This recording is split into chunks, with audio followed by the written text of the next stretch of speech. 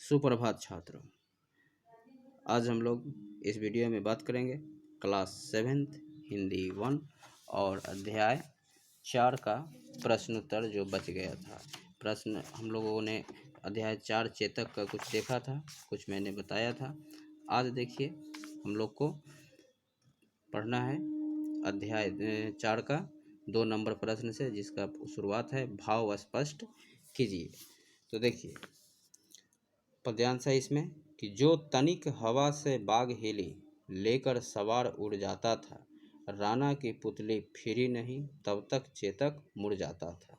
ठीक है, इसका भाव हम लोगों को लिखना है, तो मैं यहाँ दिखा रहा हूँ, ध्यानपूर्वक लिख लीजिएगा और याद कीजिएगा। देखिए प्रस्तुत पंक्ति का भाव यह है कि महाराणा प्रताप अपने वीर घोड़े चेतक पर सवार होकर रणभूमि में आए थे, जो बिजली की तरह दौड़ता था। कौन?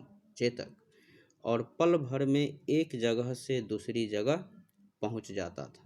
ठीक है, ठीक है। अब देखिए जो तनिक हवा से बाग हिली, बाग का अर्थ होता है लगाम, मतलब उसके लगाम पर हवा का स्पर्श होते देर नहीं होता था कि वह अपने सवार को लेकर उड़ जाता था। और महाराणा प्रताप की आंख की जो पुतली, ठीक है, अर्थ मैंने लिखाया था, राणा की पुतली फिरी नहीं, मतलब आंख की पुतली इधर से उधर होते देर नहीं होती थी, तब तक चेतक मुड़ जाता था। सोचिए उसकी रफ्तार कितनी थी।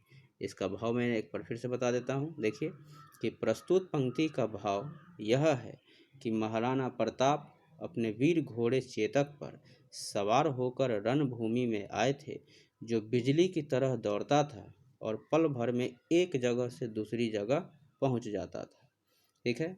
दूसरा देखिए, भाला फिर गया गिरा निसंग, है टापों से खन गया अंग, बैरी समाज रह गया दंग, घोड़े का ऐसा देख रंग। देखिए इसमें मैं आप लोगों को पहले कुछ शब्दार्थ बता दूं।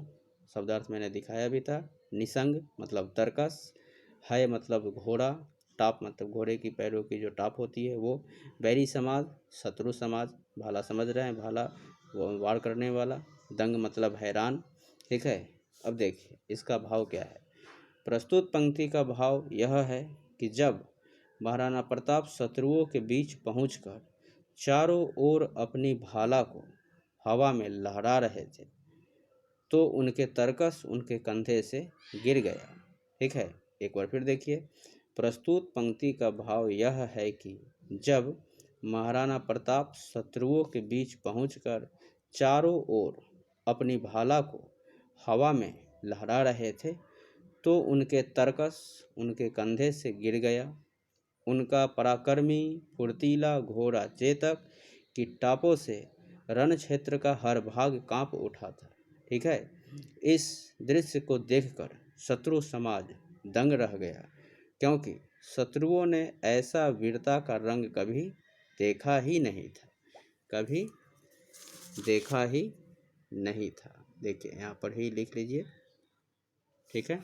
अब देखिए हम लोग चलते हैं, अगला प्रश्न में है कि नीचे दिए गए, देखिए ध्यान से 3 नंबर, नीचे दिए गए पद्यांश को ध्यान पूर्वक पढ़िए एवं उस पर आधारित प्रश्नों के उत्तर दीजिए। तो पद्यांश क्या है? रण बीच चौकरी भड़ भड़ कर चेतक बन गया निराला था, राणा प्रताप के घोड़े से पड़ गया हवा का पाला था, गिरता न कभी चेतक तन पर राणा प्रताप का कोड़ा था, वह दौड़ रहा अरि मस्तक पर या आसमान पर घोड़ा था। देखिए इस पर प्रश्न है, इसी पद्यांश पर आधारित प्रश्न है, जिसका उत्तर आपको इसमें से ही देना है। ठीक है। देखिए जिसको हम लोग अपठित काव्यांश कहते हैं, क्योंकि यह पठित काव्यांश है, क्योंकि यह कविता हम लोगों ने पढ़ा है। देखिए पहला प्रश्न है कि यहाँ किसकी बात हो रही है, तो सोचिए किसकी बात हो रही है? चेतक की।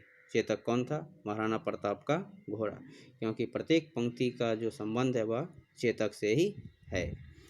दूसरा देखिए कि राणा प्रताप के घोड़े का क्या नाम था? उत्तर है चेतक। तीसरा है कि राणा प्रताप का घोड़ा निराला कैसे था, मतलब उसमें क्या खूबी थी जिसके कारण वह निराला बन गया? तो उत्तर है कि युद्ध के मैदान में चेतक अपनी वीरता, निडरता एवं फुर्ती का परिचय देकर निराला बन गया था। अगला है कि अरि मस्तक का क्या अर्थ है। अरि का अर्थ ही होता है शत्रु और मस्तक का अर्थ होता है माथा। पूरा अर्थ क्या निकल गया, शत्रु का माथा। अंगा में है कि पंक्तियां पढ़कर चेतक के बारे में आपको क्या समझ आया। किस पंक्तियों को पढ़ने की बात, ऊपर में यह जो पैराग्राफ इतना लिखा हुआ है उसके बारे में। देखिए क्या उत्तर लिखेंगे हम लोग। चेतक कविता पढ़कर हमें यही समझ में आया कि चेतक महाराणा प्रताप का ऐसा घोड़ा था जिसने जीते जी अपने स्वामी की आन बान शान पर आँच तक न आने दी।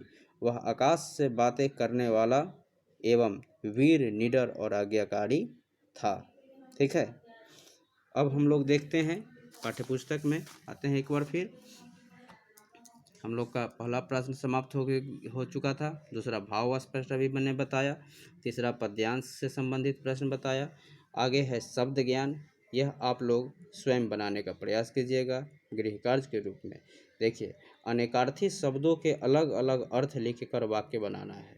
जैसे यहाँ पर एक चाल लिखा हुआ है, अर्थ वाक्य, अर्थ वाक्य। चाल का एक अर्थ क्या होगा और चाल का दूसरा अर्थ क्या होगा और उससे वाक्य बनाना है। दूसरा है पाला, दो अर्थ लिखना है और दो वाक्य बनाने हैं। आइए 2 नंबर देखते हैं। समान तुक वाले शब्द लिखना है। निराला, कोरा, यहाँ, अंग, यह आपको कविता की पंक्ति में से ही निकाल कर लिख सकते हैं। दूसरा है उर, चालो, लहर, रंग। ठीक है, समान तुक, तुक वाले होता है रैमिंग, जो अंत में उसका प्रोनाउंसिएशन जो है, उच्चारण जो है इसके जैसा ही हो। उसके बाद देखिए दो दो पर्यायवाची शब्द लिखना है। घोड़ा का, अड़ी का, निर्भीक का और बादल का। ठीक है, इतना आप लोग बना लीजिएगा। मैं एक बार आप लोग को पूर्ण कविता को दिखा देता हूँ, ध्यानपूर्वक देख लीजिएगा। ठीक है, ध्यान से देखिए। रण बिच चौकड़ी भर भर कर से लेकर इस पृष्ठ में है सरपट दौरा करवालो में।